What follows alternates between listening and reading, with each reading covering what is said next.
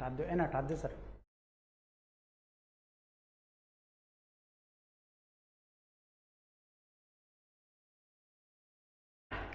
Hello, good morning बेटा। आप सभी का एक बार फिर से लॉर्ड शिवा एकेडमी में स्वागत है बेटा। जल्दी से लाइव जुड़ जाइए। ये आपकी जो जर्नल साइंस है बेटा, वो दिल्ली पुलिस के लिए बहुत इम्पोर्टेंट है। आप अपने कॉन्सेप्ट क्लियर कीजिए, क्वेश्चन कैसे भी घुमाकर पूछे, आप इजीली उनके जवाब दे सकते हैं बेटा। तो जल्दी से लाइव आ जाइए, फिर हम क्लास स्टार्ट करते हैं आपकी। जल्दी से कमेंट बॉक्स में अपनी अटेंडेंस वगैरह दे दीजिए कि सर जुड़ गए हैं, स्टार्ट करें। शाबाश।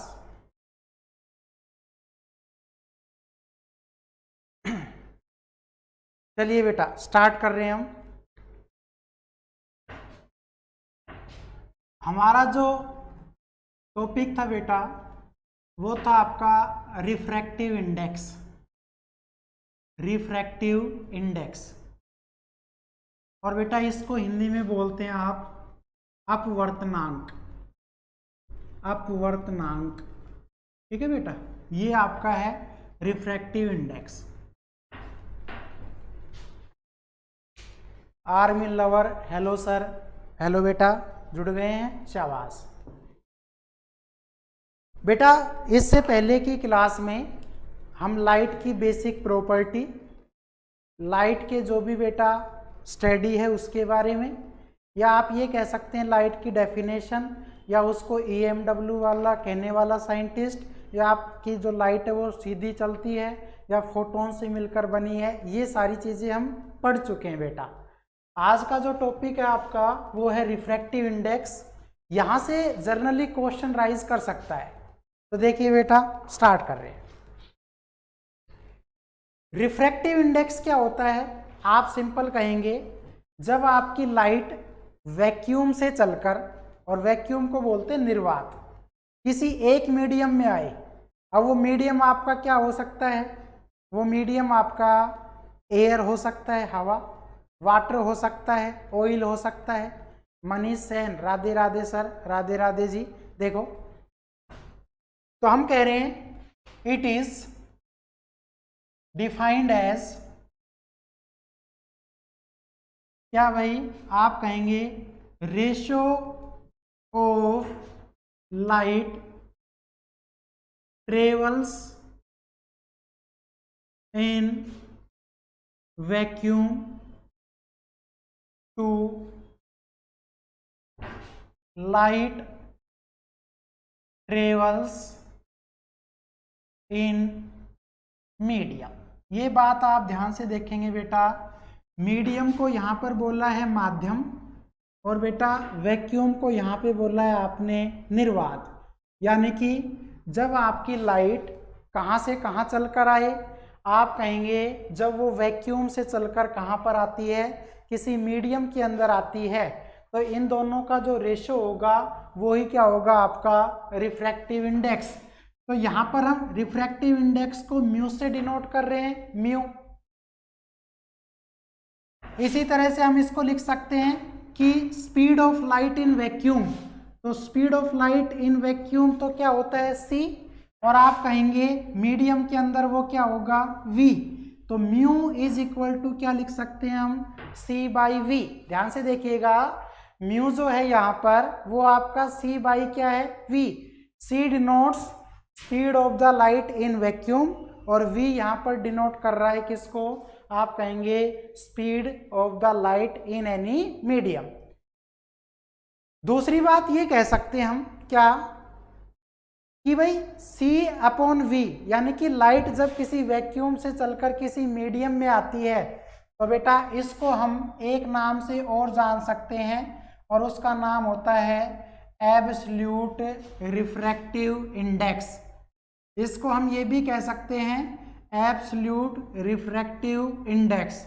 तो कल को अगर आपसे कहा जाए कि what is the difference between refractive index या एब्सोल्यूट रिफ्रैक्टिव इंडेक्स, तो आप कहेंगे सर अगर लाइट आपकी वैक्यूम से चलकर किसी मीडियम में आई है तो उसी को रिफ्रैक्टिव इंडेक्स कहते हैं, और इसी का एक दूसरा नाम भी है रिफ्रैक्टिव इंडेक्स या एब्सोल्यूट रिफ्रैक्टिव इंडेक्स।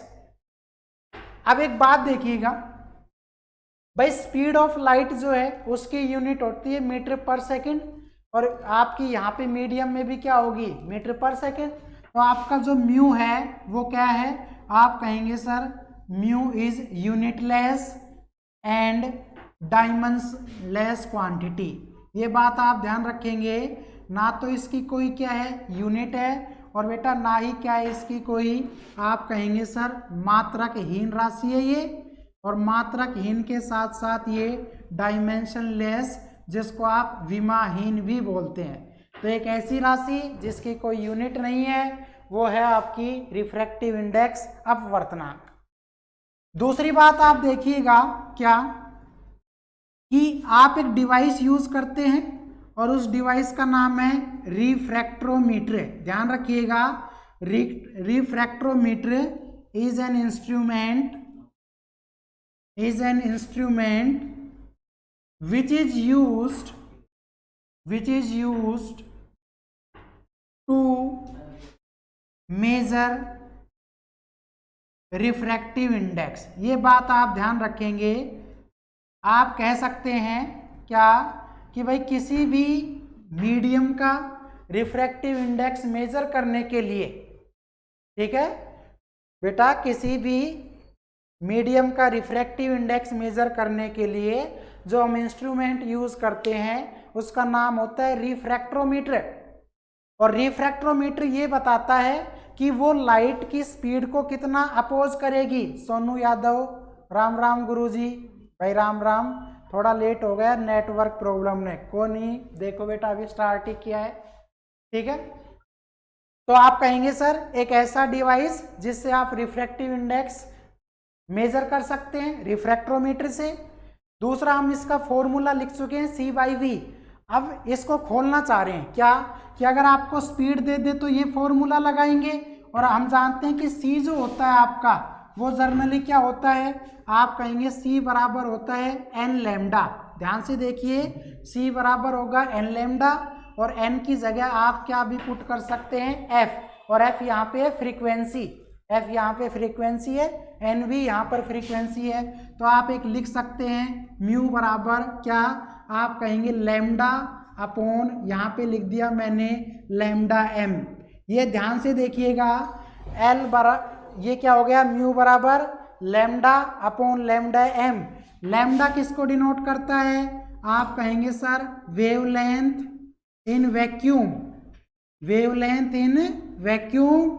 और आपका ये किसको डिनोट करता है लैम्डा m, आप कहेंगे सर वेवलेंथ इन मीडियम। ये बात ध्यान रखेंगे कि अगर आपके पास स्पीड ना देके वेवलेंथ दे देता है तो भी हम उसका क्या निकाल सकते हैं, आप कहेंगे तो भी हम उसका रिफ्रैक्टिव इंडेक्स निकाल सकते हैं बेटा। तो आपकी ये दो चीजें बन गई, म्यू बराबर C/V, और ये आपका हो गया लैम्डा अपॉन लैम्डा m। तो एक बात देखिएगा बेटा, C बराबर ये म्यू बराबर फॉर्मूला बना C अपॉन लैम्डा, दूसरा फॉर्मूला बना लैम्डा अपॉन लैम्डा n, और बेटा एक और करना चाहें तो F अपॉन में क्या लिख सकते हैं n। ये बात भी आप ध्यान रखेंगे, F अपॉन n। F है आपकी फ्रीक्वेंसी इन वैक्यूम, और बेटा n यहाँ पर क्या है, आप कहेंगे सर फ्रीक्वेंसी इन मीडियम। तो किसी माध्यम में आवर्ती, किसी वैक्यूम निर्वात में क्या बेटा, आप कहेंगे आवर्ती।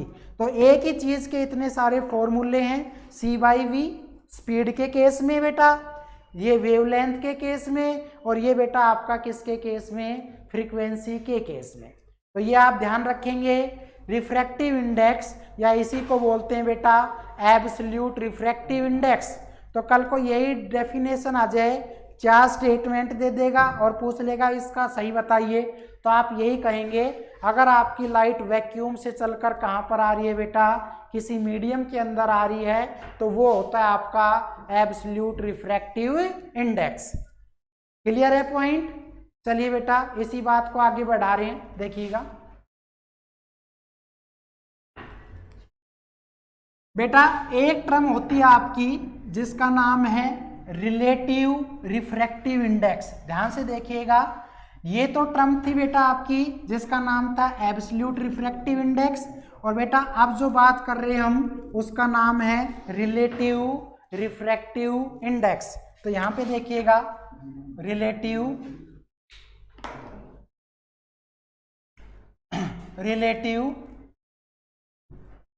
Refractive index.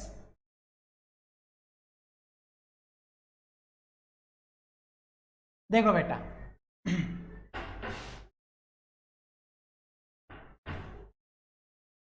बेटा जो रिलेटिव रिफ्रैक्टिव इंडेक्स है उसमें लाइट किसी मीडियम से ही आनी चाहिए और किसी मीडियम में ही जानी चाहिए, उसमें हम किसी वैक्यूम की बात नहीं कर सकते। ये बात आप ध्यान रखिएगा। अगर आपके दो मीडियम हैं और दोनों डिफरेंट है, या हम कह सकते हैं एक रेयर है दूसरा डेंसर है, तो हम यही कहेंगे कि अगर आपकी लाइट एक मीडियम से चलकर दूसरे मीडियम में आ रही है तो वहां पर होगा वो रिलेटिव रिफ्रैक्टिव इंडेक्स। लेकिन बेटा अगर लाइट वैक्यूम से चलकर किसी मीडियम में आ रही है तो वहां पर निकलेगा आपका एब्सोल्यूट रिफ्रैक्टिव इंडेक्स। तो यहां पर हम कहेंगे क्या, इन दिस लाइट ट्रेवल्स, कहां से कहां, आप कहेंगे sir from one medium to another. ये बात समझने की है बेटा, एक मीडियम से चलकर अगर आपकी लाइट क्या है दूसरे मीडियम में आती है, अनदर मीडियम, ये बात आप ध्यान रखिएगा।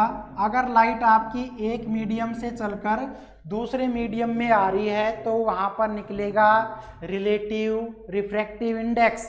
और बेटा मैं क्या कह सकता हूं, अब आप देखिएगा,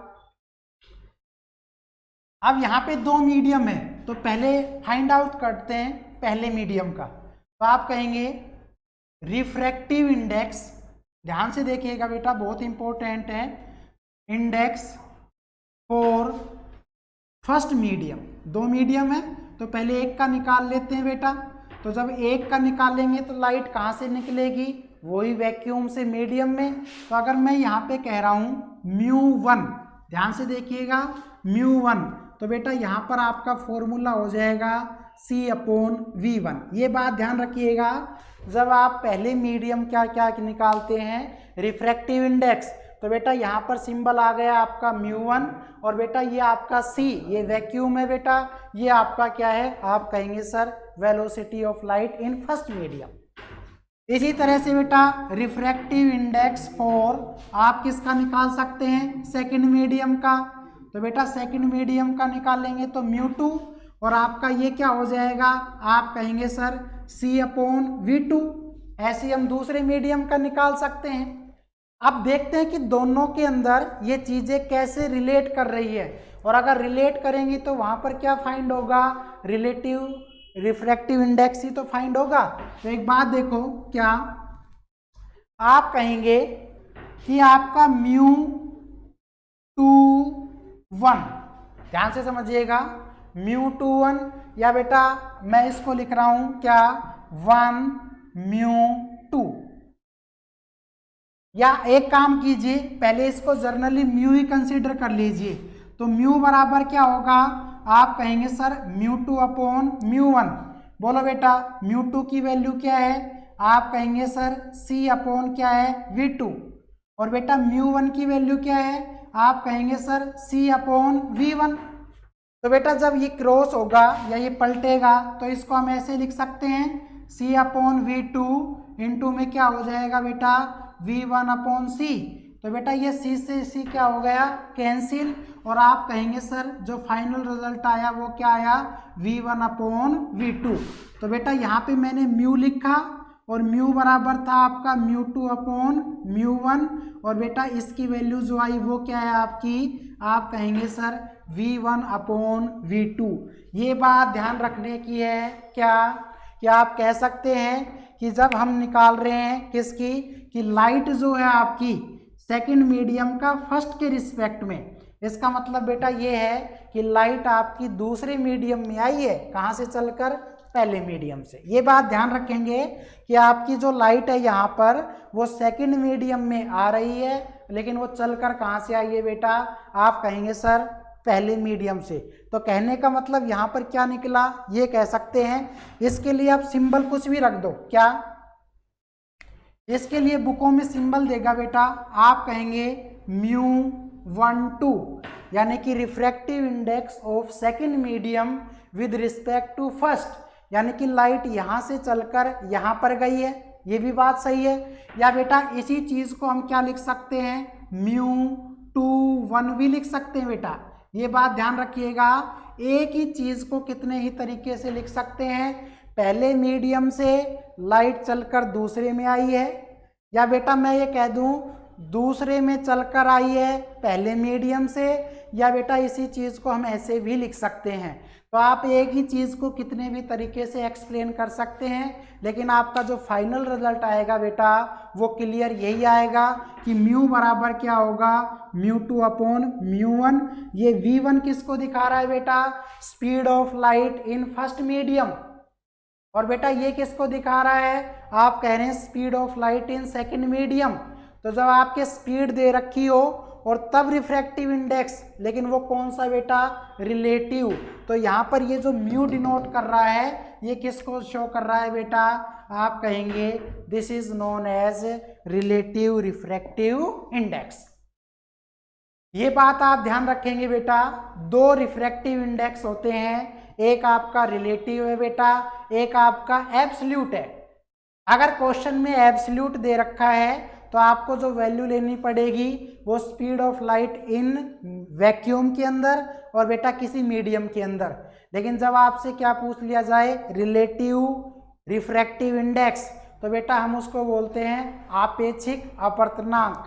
तो बेटा वो क्या हो जाएगा, आप कह सकते हैं अब दोनों मीडियम से ही चलकर आएगी, किसी वैक्यूम की बात यहाँ पर नहीं होगी। तो बेटा दोनों मीडियम लिखे हैं इसलिए रिलेटिव है। अगर केवल एक मीडियम होता और यहाँ पर बेटा वैक्यूम होता तो ये टर्म किस में चेंज हो जाती, एब्सोल्यूट में चेंज हो जाती। तो बेटा ये आपका टॉपिक है जिसका नाम है रिफ्रैक्टिव इंडेक्स। क्लियर हुई बेटा बात। तो हम यहाँ पर क्या कह रहे हैं कि म्यू बराबर होता है c अपॉन v।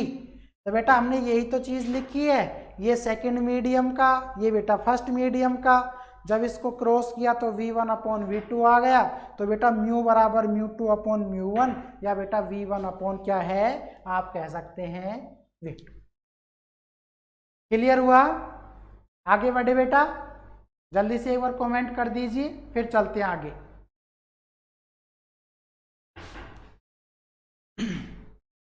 बेटा ये बात ध्यान रखेंगे कि आपका जो रिफ्रैक्टिव इंडेक्स है वो हमारे कहाँ से निकला है, स्नेल्स लॉ से। बेटा ये कहाँ से निकला है, स्नेल्स लॉ से, या बेटा जो रूल है किसका, रिफ्रैक्शन का, अपवर्तन का। बेटा अपवर्तन के दूसरे नियम से ही निकला है ये। तो ये बात आप हमेशा ध्यान रखेंगे क्या, कि बेटा रिफ्रैक्ट करने का मतलब है एक ऐसा नंबर, एक ऐसी संख्या जो आपके प्रकाश के वेग में कमी करती है बेटा। और जब वो कमी करेगी तो इसका मतलब ये हुआ कि लाइट की स्पीड पहले कितनी थी, दूसरे मीडियम में जाते ही उसकी स्पीड कितनी कम हुई, या बेटा फिर क्या है, ज़्यादा हुई। तो बेटा अब पढ़ते हैं अगला टॉपिक जिसका नाम है, आप कहेंगे सर रिफ्लेक्शन। ध्यान से देखिएगा, रिफ्लेक्शन। और बेटा रिफ्लेक्शन को आप क्या बोलते हैं, तो हम कहेंगे सर रिफ्लेक्शन को हम बोलते हैं बेटा परावर्तन। ध्यान से देखिएगा, रिफ्लेक्शन जो है बेटा परावर्तन है। Girish Kumar good morning sir. बेटा बहुत लेट हो गए आप, एक टॉपिक हम करवा चुके हैं, ठीक है, पर फिर भी देख लिए। चलिए बेटा, बेटा रिफ्लेक्शन के लिए हमारे पास दो कंडीशन होना बहुत ज़रूरी है। ध्यान से सुनिएगा, रिफ्लेक्शन अगर कराना है या देखना है बेटा तो उसके लिए दो कंडीशन होना बहुत ज़रूरी है। अगर एक कंडीशन भी फेल कर दी तुमने या अप्लाई नहीं की तो बेटा आप कहेंगे कि सर वहाँ पर रिफ्लेक्शन नहीं होगा। बेटा पहली बात ये कि रिफ्लेक्शन के लिए सेम मीडियम चाहिए, एक ही मीडियम चाहिए। एक मीडियम से मतलब है कि लाइट बेटा उसी मीडियम में आए और किसी ऑब्जेक्ट से टकराकर वो वापस उसी मीडियम में लौट जाए। तो बेटा जो आपकी लाइट आएगी मतलब इंसिडेंस होगी और बेटा जो टकराकर रिफ्लेक्ट होगी वो दोनों के लिए सेम मीडियम होगा। इसी तरह से बेटा हम क्या कह सकते हैं, इसी तरीके से हम कह सकते हैं कि जो आपका रिफ्लेक्शन है वो जनरली मिरर में होता है। मिरर को बोलते हैं दर्पण, यानी कि एक कांच ले लो और उस कांच की एक साइड पॉलिश कर दो बेटा, तो पॉलिश करने के बाद वो किस में बदल जाएगा, मिरर में बदल जाएगा। तो हमारे घरों में जो शीशा लगा है वो शीशा नहीं है बेटा, वो मिरर है जिसके अंदर आप अपनी इमेज देखते हैं। तो बेटा दो कंडीशन है, यानी कि दो शर्त हैं। ये कई बार क्वेश्चन आया हुआ है, क्या कौन कौन सी शर्त है। पहली तो ये बेटा कि माध्यम जो है मीडियम वो बेटा एक ही होना चाहिए। ये आप शर्त देखना कि आपकी जो क्या है बेटा, आप कहेंगे सर जो आपकी पहली शर्त है उसमें मीडियम सेम, और बेटा दूसरी शर्त क्या है कि ये केवल किस में होता है, आप कहेंगे सर दर्पण में होता है। और दर्पण को बेटा क्या बोलते हैं आप, मिरर में होता है, लेकिन किस में नहीं होगा बेटा, आप कहेंगे सर लेंस। और लेंस कांच ही एक तरह से बेटा लेंस में नहीं। ये बात आप ध्यान रखेंगे, ये चीजें इसमें नहीं होंगी बेटा, केवल और केवल आपकी किस में होगी, मिरर में होगी। ये दो शर्त अगर आपने फुलफिल की तो ही रिफ्लेक्शन होगा। अब तीसरी बात देखिए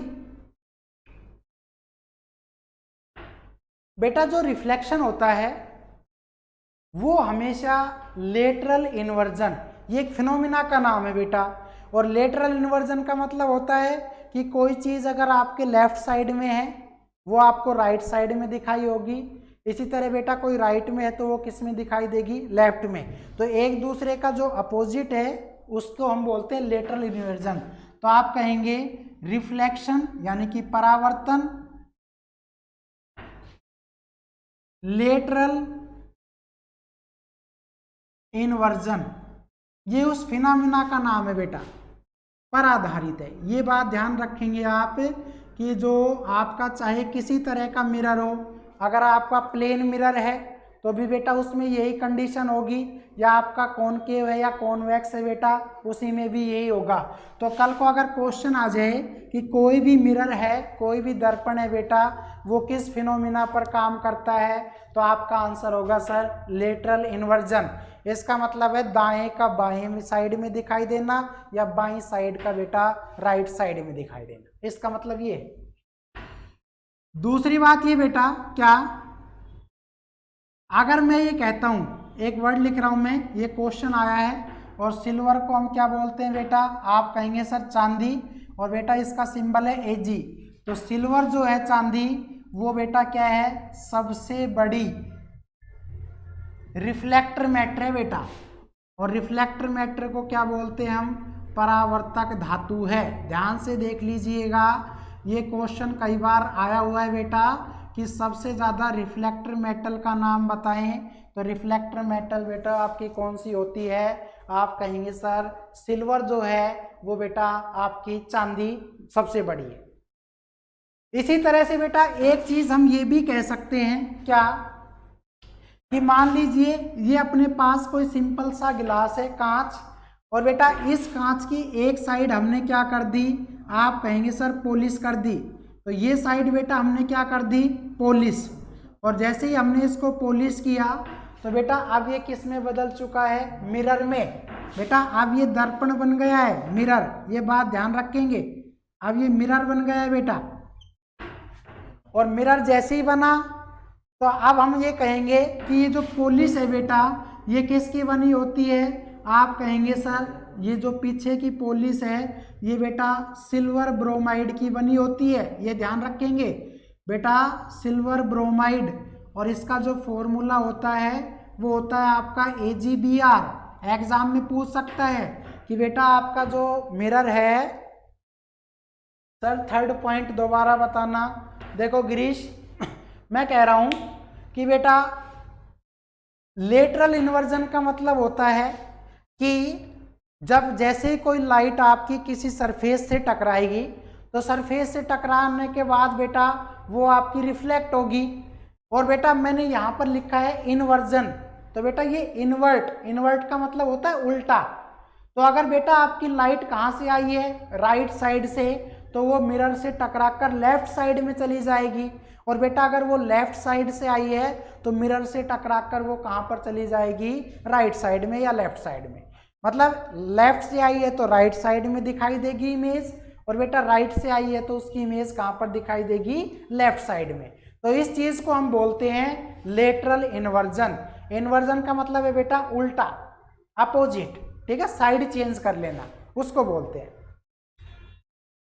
इसी तरह से बेटा अगर मैं आपसे कहूं, ये देखिए ये कांच है और इस कांच पर बेटा बहुत पतली सी, ये बहुत पतली सी क्या बिछी होती है बेटा, आप कहेंगे सर एक लेयर होती है, और इस लेयर को हम बोलते हैं बेटा रिफ्लेक्टर सरफेस। ध्यान से देखिएगा बेटा, इसको बोलते हैं हम रिफ्लेक्टर सरफेस। और बेटा इस रिफ्लेक्टर सरफेस को हिंदी में परावर्तक सतह भी बोलते हैं बेटा। और ये किसकी बनी होती है, तो आप कहेंगे ये बनी होती है बेटा, ध्यान से देखिए एक वर्ड लिख रहा हूं जिसका नाम है गैप। बेटा एक वर्ड लिखा हमने जिसका नाम है गैप, और गैप का मतलब जी से निकलता है बेटा गोल्ड, और गोल्ड को हम बोलते हैं सोना।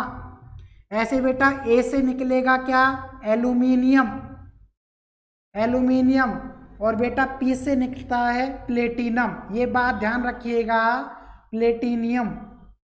तो कल को यही क्वेश्चन आए हुए हैं, क्या आपसे पूछ सकता है बेटा कि जो दर्पण है, जो मिरर है, उसकी परावर्तक सतह किसकी बनी होती है। तो बेटा यहाँ पर देखो वो गोल्ड की भी बन सकती है, एल्यूमिनियम की बन सकती है, और बेटा प्लेटिनम की भी। लेकिन बेटा हम जनरली किसको यूज करते हैं, एल्यूमिनियम को।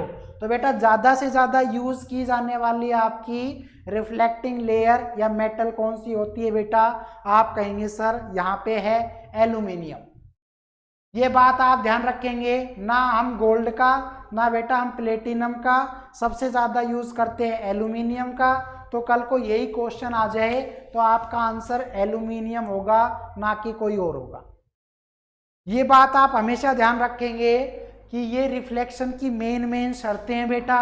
यहाँ से क्वेश्चन पूछे जा चुके हैं, पूछ लेता है कि भाई दो शर्त कौन सी है, चार ऑप्शन दे दिया, तो दो शर्त में यही है, एक तो मीडियम होना चाहिए बेटा सेम, और दूसरा है बेटा दर्पण होना चाहिए। इसी तरह से बेटा रिफ्लेक्शन की घटना किस पर आधारित है, लेटरल इन्वर्जन, दाएं का बाएं साइड में दिखाई देना या बेटा बाएं का दाएं साइड में दिखाई देना।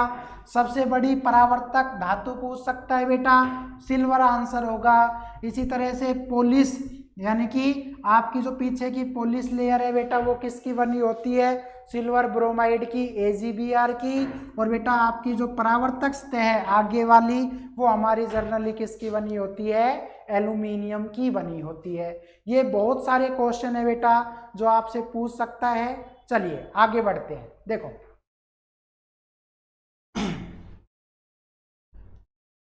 बेटा बहुत अच्छी अच्छी बातें इसमें देखिएगा, ये यहाँ से क्वेश्चन पूछ लेता है दर्पण में से, कैसे भी घुमा के पूछे आपको हर तरीके का जो सॉल्यूशन है वो यहाँ पे मिल जाएगा। आप बस प्रैक्टिस सेट पर और क्लासों पर डेली ध्यान दें, जो जो क्लास से लगती है आपकी, बाकी मेहनत करते रहो, ठीक है। चलिए देखो अगर हम आपसे कहें क्या बेटा, ये अब पहले पढ़ लेते हैं हम, जिसका नाम है प्लेन मिरर। ध्यान से देखिएगा बेटा, और प्लेन मिरर को हम बोलते हैं समतल दर्पण। ध्यान से देखो बेटा, प्लेन मिरर और इसको हम बोलते हैं समतल दर्पण। जो भी चीजें बेटा क्लियर होंगी वो यहाँ से ही होंगी। जो हम डायग्राम देखते हैं रिफ्लेक्शन का, लाइट आई और टकरा कर चली गई, बेटा वो जो मिरर होता है वो हम जनरली प्लेन मिरर का ही यूज करते हैं। तो देखिए अगर मैं आपसे कहूं, क्या पहला पॉइंट है, समतल दर्पण जो होता है उसमें दो तरीके की इमेज बनती है बेटा, या एक तरीके की, आप कहेंगे सर केवल और केवल एक ही इमेज बनेगी। कैसी बेटा? वर्चुअल। वर्चुअल को हम आभासी या काल्पनिक बोल सकते हैं बेटा।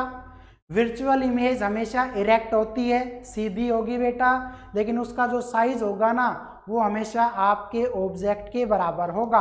तो अगर मैं आपसे कहूं कि प्रतिबिंब कैसा बनेगा इसमें, ये क्वेश्चन पूछ लेता है, तो आप कहेंगे सर प्रतिबिंब जो है वो केवल ओनली क्या बनता है बेटा? आप कहेंगे सर आभासी।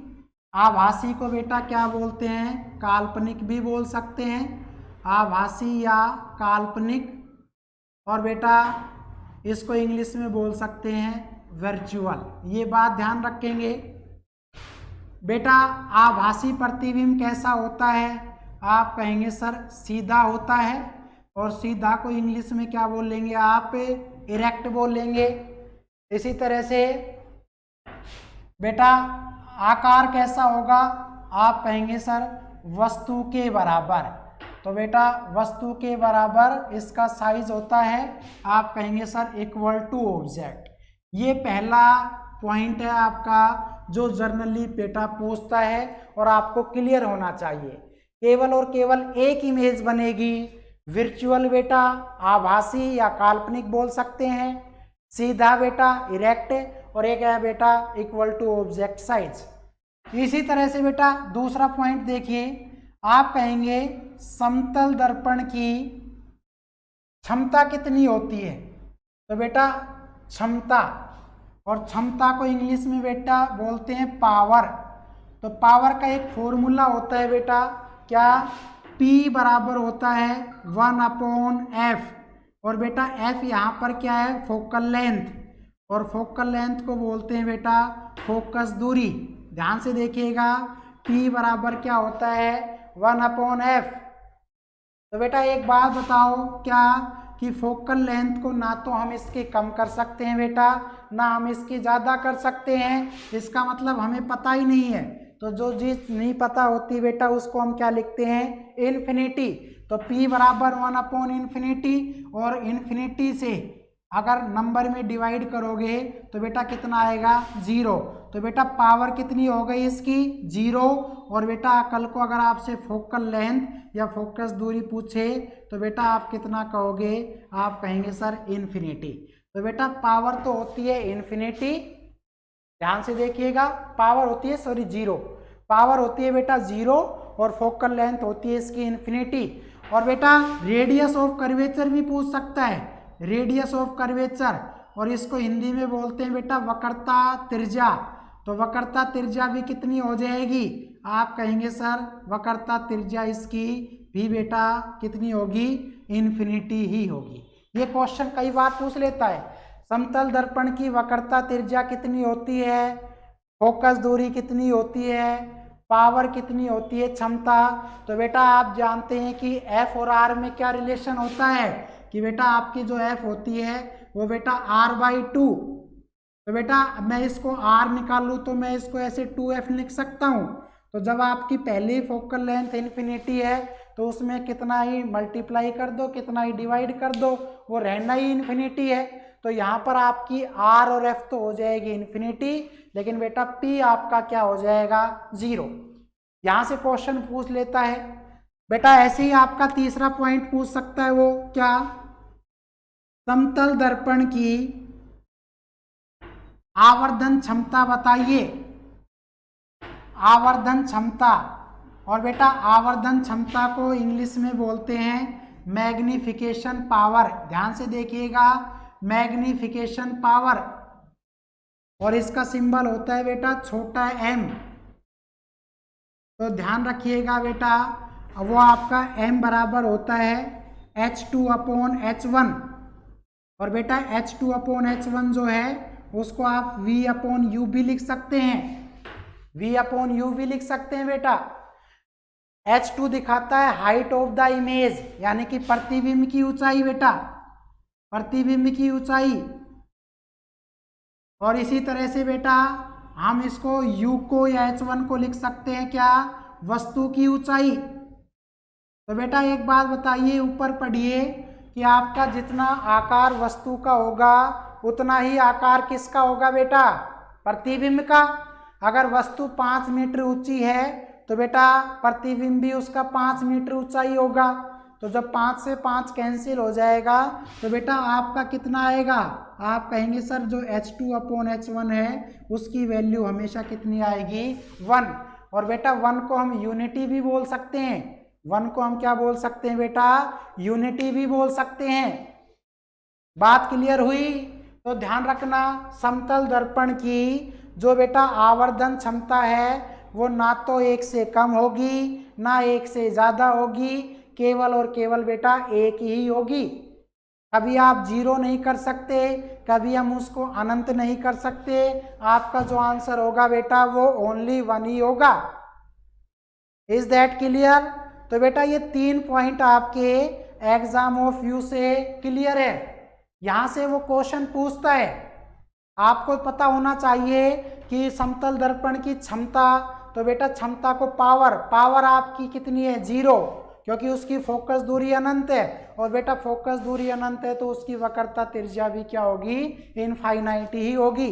लेकिन उसकी जो m होती है बेटा वो आपका हमेशा कितना होगा, 1। इज दैट क्लियर बेटा? चलो आगे चलो बेटा। चौथा पॉइंट है, देखो समतल दर्पण बहुत ही अच्छा है, अच्छों को इनके बारे में चीज़ें नहीं पता होती, लेकिन बेटा आप क्लियर कर लीजिए, है ना। कहीं किताबों में मिस प्रिंट है तो बेटा उसको आप ठीक कर सकते हैं, लेकिन ध्यान रहे अक्सर क्वेश्चन पूछ लेता है। चलिए बेटा एक बात देखो, चौथा पॉइंट देखिए, मान लो आपके सामने कोई दीवार है बेटा और उस दीवार पर हमने एक प्लेन मिरर लगा रखा है, और बेटा जब हम उस प्लेन मिरर की तरफ चलकर जाते हैं तो आपकी कोई ना कोई स्पीड रहेगी। मान लेते हैं वो 5 मीटर पर सेकंड की स्पीड से या तो आप उसकी तरफ जा रहे हैं बेटा या उससे आप दूर जा रहे हैं। हो सकता है ये दर्पण हो गया बेटा, या तो आप इस दर्पण से ऐसे आ सकते हैं या बेटा इससे आप दूर जा सकते हैं। तो बेटा आपकी जो इमेज बनेगी उस दर्पण में वो आपका हमेशा डबल। तो बेटा अगर आपकी स्पीड कितनी है, 5 मीटर पर सेकंड के वेग से आप आ रहे थे या जा रहे थे, तो बेटा जो प्रतिबिंब में आप दिखाई दोगे ना किसी को, वो बेटा उसका डबल। और डबल का मतलब तो 5 का डबल कितना हो गया बेटा, आप कहेंगे सर 10। तो यानी कि जो प्रतिबिंब है वो कितनी स्पीड से आ रहा है या जा रहा है, आप कहेंगे सर 10 मीटर पर सेकंड से। तो मैं ये कह रहा हूं किसी समतल दर्पण में वस्तु की चाल, किसी समतल दर्पण ऐसे लिखो की ओर आते समय या बेटा जाते समय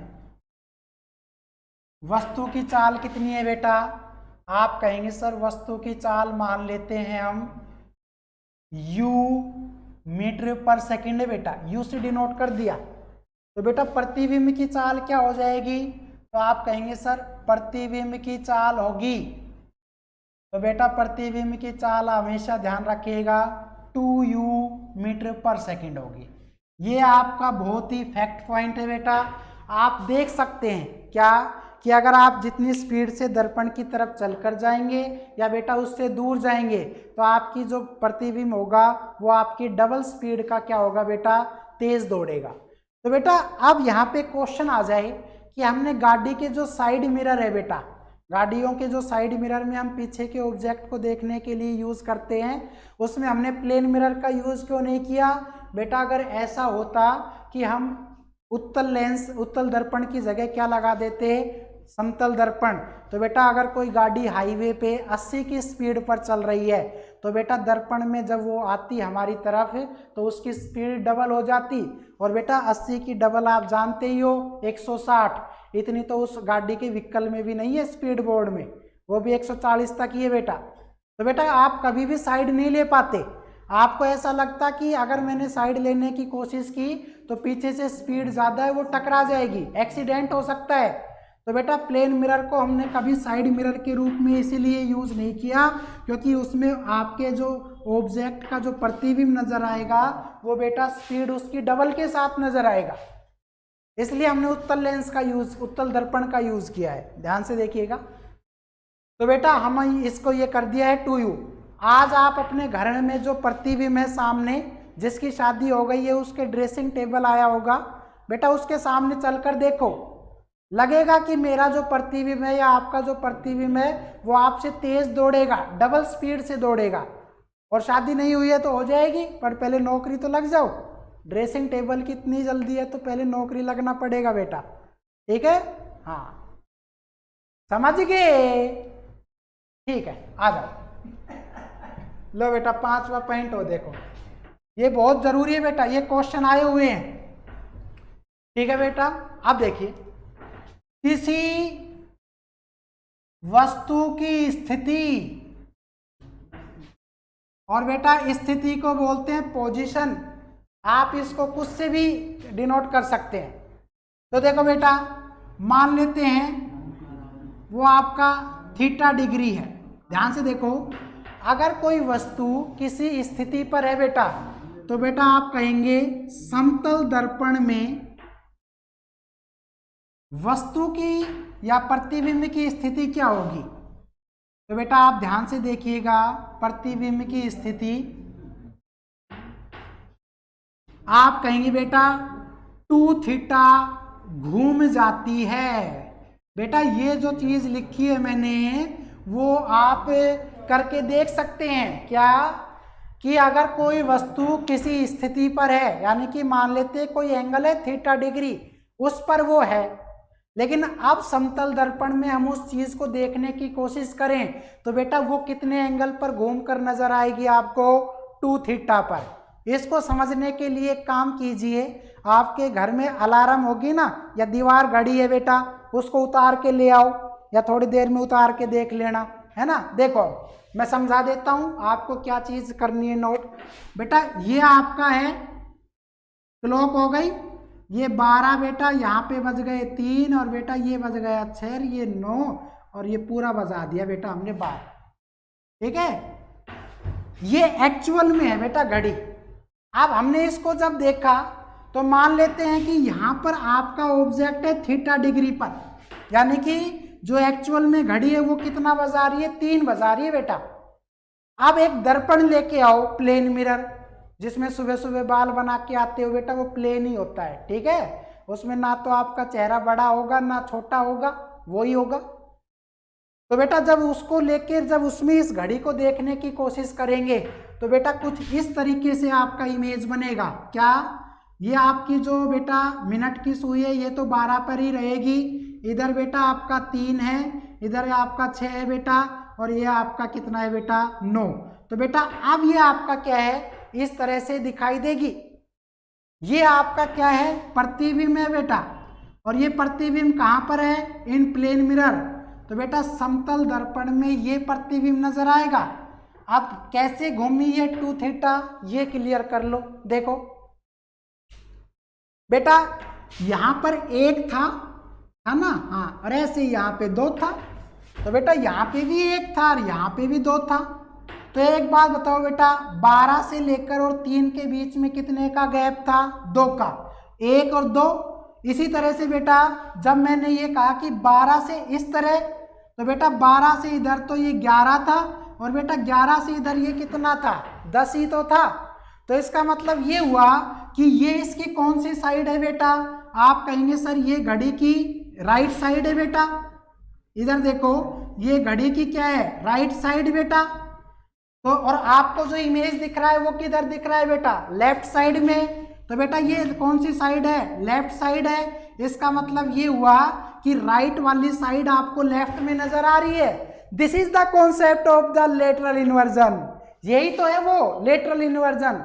गिरीश कुमार, 3rd पॉइंट बेटा यही है कि जो घड़ी में आपका पहले दाएं तरफ 3 बज रहा था, उसको जैसे ही हमने दर्पण में देखा तो बेटा वो अब 9 बजा रहा है। और 9 बजाने का मतलब है कि आपकी इमेज जो है बेटा वो लेफ्ट साइड में शो हो रही है, और इसी को तो हम बोलते हैं क्या, लेटरल इन्वर्जन। ये ध्यान रखे बेटा, इसी फिनोमिना को हम बोलते हैं लेटरल इन्वर्जन। ग्रीस, सविता, नवीन, क्लियर हुआ बेटा सभी को? जल्दी से बताइए। सविता, ग्रीस, नवीन बेटा क्लियर हुआ? समझ गए बेटा? समझ गए? जल्दी से बताओ। ग्रीस टाइप करो बेटा। सविता भी टाइप नहीं कर रही, नवीन भी नहीं कर रहा, चले गए क्या सारे? हाँ वेरी गुड बेटा, यस सर, ठीक है बेटा। ग्रीस वेरी गुड बेटा। इसी को बोलते हैं कि राइट में था लेफ्ट में। अब बेटा एक बात और देख लो, ये तो 3 बजे की बात, अब इसको 5 बजा दो, हाथ में ही तो बेटा, बजाओ, क्यों नहीं बजाओगे? 5 भी बजेंगे। ये यहाँ पे 4 बेटा, ये यहाँ पे 5, तो लो बेटा ये 5 लो, ये बजा दिया हमने। Hemant Yadav yes sir clear है, वेरी गुड। सीमा भी क्लियर है सर। अब बेटा 5 है, तो 5 है तो बेटा इधर आ जाओ। अब ये 9 थोड़ी बजाएगी, तो बेटा इधर 6, ये 7। तो बेटा एक बात बताओ मुझे, क्या 12 के बाद देखो 1 2 ये 3 और बेटा ये 4। अब इधर 12 से इधर आ जाओ 4, बोलो 11 10 9 8। तो बेटा ये 4 छोड़ दो, 1 2 3 4, तो ये 4 छोड़ दिए बेटा, ये यहाँ पर है, तो बेटा ये यहाँ पर है। तो अब आप 5 की बजाय आपकी घड़ी जो है प्रतिबिंब में इमेज है बेटा, ये कितना दिखाएगी? 7 बज गए बेटा। ये कितना दिखाएगी? 7 दिखाएगी। क्लियर कर लो बेटा, ये कहीं ना कहीं आपका रीजनिंग में काम आ सकता है, क्लॉक में। तो बेटा ये बात ध्यान रखें, ये आपका इधर 5 बज रहा था बेटा, अब ये प्रतिबिंब में आपका कितना बज रहा है? 7 बज रहा है। लेकिन प्रतिबिंब देखकर टाइम थोड़ी बताना है किसी को, घड़ी देखकर बताना है। तो घड़ी में तो बेटा 5 है, कभी उसको आप 7 कह दो। समझ गए? मुझे 5000 सब्सक्राइबर चाहिए, अभी लाइक चाहिए बेटा, और ज्यादा से ज्यादा ऑनलाइन जुड़ा करो बेटा। ये आपकी रीजनिंग के हिसाब से अच्छी है, बहुत बढ़िया कॉन्सेप्ट है। ये आपकी चौथी फिनोमिना। एक बेटा आप चाहें तो इसका स्क्रीन शॉट ले सकते हैं, ठीक है? तो एक बात देखो बेटा, यहाँ पे पहले वस्तु की चाल u थी, तो बेटा प्रतिबिंब की चाल 2u हुई। बेटा ऐसे आपकी वस्तु की स्थिति भी क्या है? थीटा। तो हमने इसको कितने पर घुमा दिया? 2 थीटा पर ही तो घुमा दिया। तो जो बेटा इस पॉइंट को याद कर लेगा, फिर चाहे आपका ये है चाहे ये है, सब कुछ है।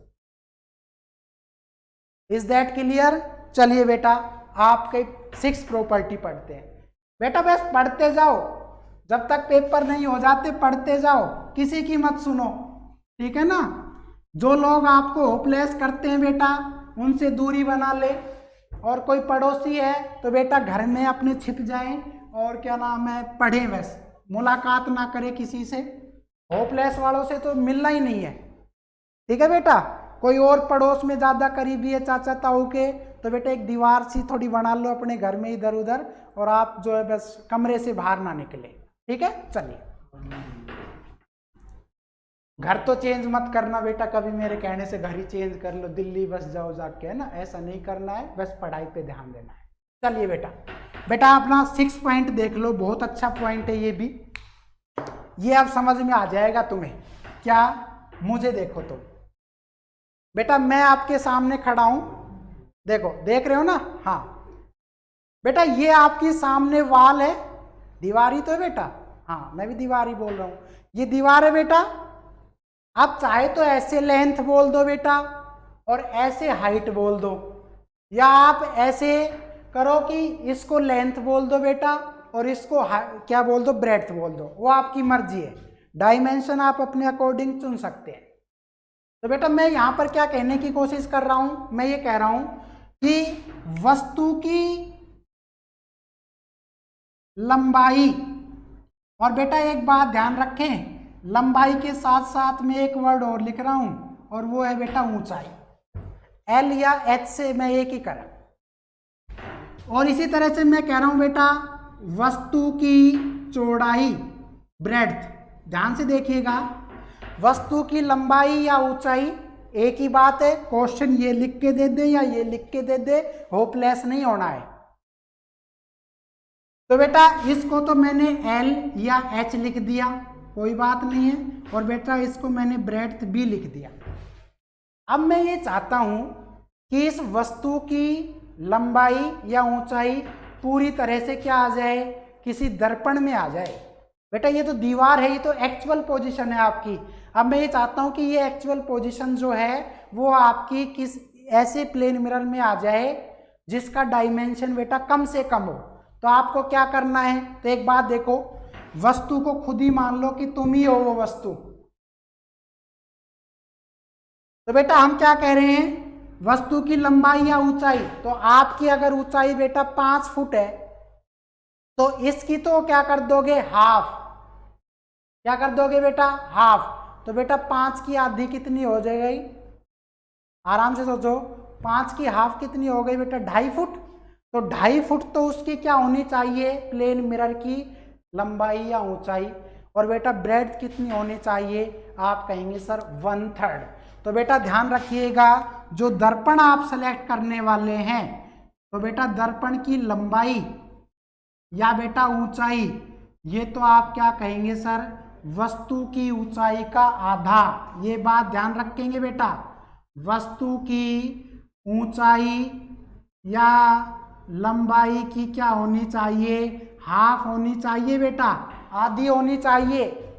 ये क्लियर है, very good. Amit Kumar, Girish, Savita, good answer बेटा आप सभी का, बिल्कुल सही जवाब। लेकिन जो बेटा चौड़ाई है ना, वो आपकी क्या होना चाहिए, आप कहेंगे दर्पण की जो चौड़ाई है बेटा, ब्रेड्थ है, वो आपकी b/3 यानी कि 1/3 होनी चाहिए। बेटा ब्रेड्थ कितनी होनी चाहिए, ब्रेड्थ तो होनी चाहिए 1/3, और बेटा उसकी लंबाई या ऊंचाई कितनी होनी चाहिए, आप कहेंगे सर लंबाई या ऊंचाई आप कहेंगे उसकी हाफ होनी चाहिए। क्लियर हुआ बेटा। अगर मैं ये कहता हूं कि अब आप अपनी हाइट देख लो कितनी है, उस हाइट का आधा ले लीजिए बेटा, उस हाइट की आधी हाइट का दर्पण ले लो लंबाई में, और बेटा अगर आपकी चौड़ाई है दीवार की तो उस चौड़ाई की 1/3 ले लो बेटा। अगर कोई दीवार आपकी 12 मीटर चौड़ी है बेटा, 12 मीटर चौड़ी है, तो बेटा दर्पण की कितनी होनी चाहिए, आप कहेंगे सर दर्पण की जो होनी चाहिए वो बेटा उस दीवार की 1/3 यानी कि 4 मीटर होनी चाहिए बेटा। ये अमित कुमार ने पूछा है सर ये एयरफोर्स के लिए है क्या, बेटा एयरफोर्स हो या दिल्ली पुलिस हो, आपको पूरा टॉपिक क्लियर करवा दिया गया है। गिरीश कुमार सही आंसर है बेटा, 4 होगा। सविता आपका भी ठीक है बेटा। बेटा ये पूरा टॉपिक आपको क्लियर करवाया जा रहा है। क्लियर हुई बात है। तो आप ये बात ध्यान से देखें, चाहे अमित आपका एयरफोर्स का बैच हो बेटा, चाहे दिल्ली पुलिस का हो, आप कल को ये नहीं कह सकते कि चीज़ें छुड़वाई गई हैं। बेटा आजकल एग्ज़ाम का लेवल बहुत डीप होता जा रहा है, तरीके पूछने के अलग अलग हो सकते हैं, इसलिए क्वेश्चनों को ज़्यादा से ज़्यादा रट कर ना टॉपिक को तैयार करें बेटा। टॉपिक अगर डिस्क्रिप्टिव तैयार हो गया तो बेटा आप इजीली उसको सोल्व कर सकते हैं, एक भी आपका नंबर कटेगा नहीं बेटा। तो आपको बस मैंने जो समतल दर्पण के पॉइंट हैं वो बेटा मैं क्लियर करवा रहा हूँ यहाँ पे। अगर आपका एयरफोर्स में ये हेल्पफुल है तो बेटा आप ज़रूर पढ़ें। रोज़ 11 बजे क्लास होती है बेटा, टाइम टेबल सेंड कर दिया जाता है, आप लॉर्ड शिवा एकेडमी को सब्सक्राइब करके देख सकते हैं। गिरीश कुमार सर आज आपकी सेकंड क्लास थी, हाँ बेटा आज मेरी सेकंड क्लास थी, इससे पहले एक क्लास और हुई है बेटा, ठीक है।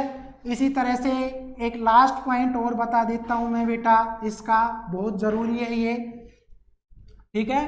देखो बेटा 7th पॉइंट और देख लो, आप कहेंगे दो पैरेलल, और बेटा पैरेलल को बोलते हैं समानांतर, दर्पण के बीच रखी वस्तु के प्रतिबिंब कितने बनेंगे बेटा, ध्यान से देखो। आप कहेंगे प्रतिबिंब हमेशा ये लाइन याद रखेंगे बेटा, इनफाइनाइट बनेंगे, अनंत बनेगा बेटा। आप Girish Kumar sir video playlist पर डाल देना बेटा, जरूर डल जाएगा, ठीक है ना। तो बेटा ये क्वेश्चन कई बार आया हुआ है, अगर दो प्लेन मिरर, बेटा दो प्लेन मिरर बना दो कह रहा है क्वेश्चन, तो ये लो हमने क्या किया, ये बेटा आपका एक ये मिरर हो गया और बेटा एक ये मिरर हो गया, प्लेन है बेटा ये, तो इधर भी ये आपकी पोलिस है बेटा और इधर भी बेटा ये आपकी पोलिस है। तो बेटा हमने क्या किया, इसके बीच में ये कोई ऑब्जेक्ट रख दिया। तो बेटा अब एक बताओ, इस ऑब्जेक्ट का इसमें भी रिफ्लेक्शन होगा, इसमें भी होगा बेटा, फिर रिफ्लेक्शन होगा, फिर रिफ्लेक्शन होगा। तो बेटा कहने का मतलब क्या है कि यहाँ पे जो रिजल्ट आएगा वो कितना आएगा, आप कहेंगे सर इनफाइनाइट आएगा। तो बेटा आप ध्यान रखेंगे इस बात का कि जब दो समानांतर दर्पण या दो पैरेलल प्लेन मिरर आपस में रखे हों एक दूसरे के सामने बेटा, तो उसके बीच में अगर कोई ऑब्जेक्ट रख देते हैं तो इसका जो रिजल्ट आएगा नंबर ऑफ इमेजेस, उसको हम काउंट नहीं कर पाएंगे बेटा, और जिसको आप काउंट नहीं कर पाएंगे वो इनफाइनाइट बेटा, अनंत हो जाएगा। तो ये बात ध्यान रखें क्या कि इस ऑब्जेक्ट का इसमें बेटा इनफाइनाइट बार बार रिफ्लेक्शन होगा, बाएं से दाएं, दाएं से बाएं, वही लेटरल इन्वर्जन की कहानी हो जाएगी और बेटा आपका रिजल्ट आ जाएगा इनफाइनाइट। बेटा दो तीन प्रॉपर्टी और बच गई है इसकी, एक तो इसका यूज बच गया है बेटा, समतल दर्पण के यूज पूछ लेता है। और बेटा एक पॉइंट आपका बहुत इंपॉर्टेंट क्या कि अगर मैं क्या करूं, किसी वस्तु को या दो झुके हुए, अब तक तो पैरेलल है दर्पण बेटा, अगर हम उसको क्या करें बेटा, वही है अनूप यादव, ये अगली क्लास में होगा बेटा 360 वाला, उसमें आपके प्लेन मिरर नहीं होंगे, उसमें दो मिरर आपके आपस में बेटा सबस्टेंडेड झुके हुए होंगे, तब जाके आपका बेटा ये हो पाएगा। तो अब तक की वीडियो में बेटा यही, इसके दो पॉइंट बहुत इंपॉर्टेंट है, तो अगली क्लास में उसको हम डिस्कस करेंगे बेटा, और तब तक आप इन 7 पॉइंटों पर नज़र रखना। अनूप यादव बेटा ये अगला पॉइंट होगा आपका 360 वाला, वो उसमें आपके झुके होंगे, दो दर्पण जो होंगे वो झुके होंगे बेटा, ये आपके क्या है इनफाइनाइट है बेटा, मतलब दोनों के दोनों पैरेलल है। ठीक है बेटा, मिलते हैं नेक्स्ट वीडियो में इसकी दो प्रॉपर्टी के साथ और आगे की कहानी के साथ। उम्मीद करता हूँ आपको समझ में आया होगा। ठीक है बेटा, सभी को bye, best of luck, thank you बेटा। और जन्माष्टमी की आप सभी को बेटा ढेर सारी शुभकामनाएं, भगवान श्री कृष्ण आपके जीवन में ढेर सारी खुशियां बखेरे बेटा, आप जल्दी से नए पद पर आसीन हो जाएं, अच्छे से अच्छी जॉब लगे बेटा, भगवान आप सभी का भला करे। नमस्कार, धन्यवाद।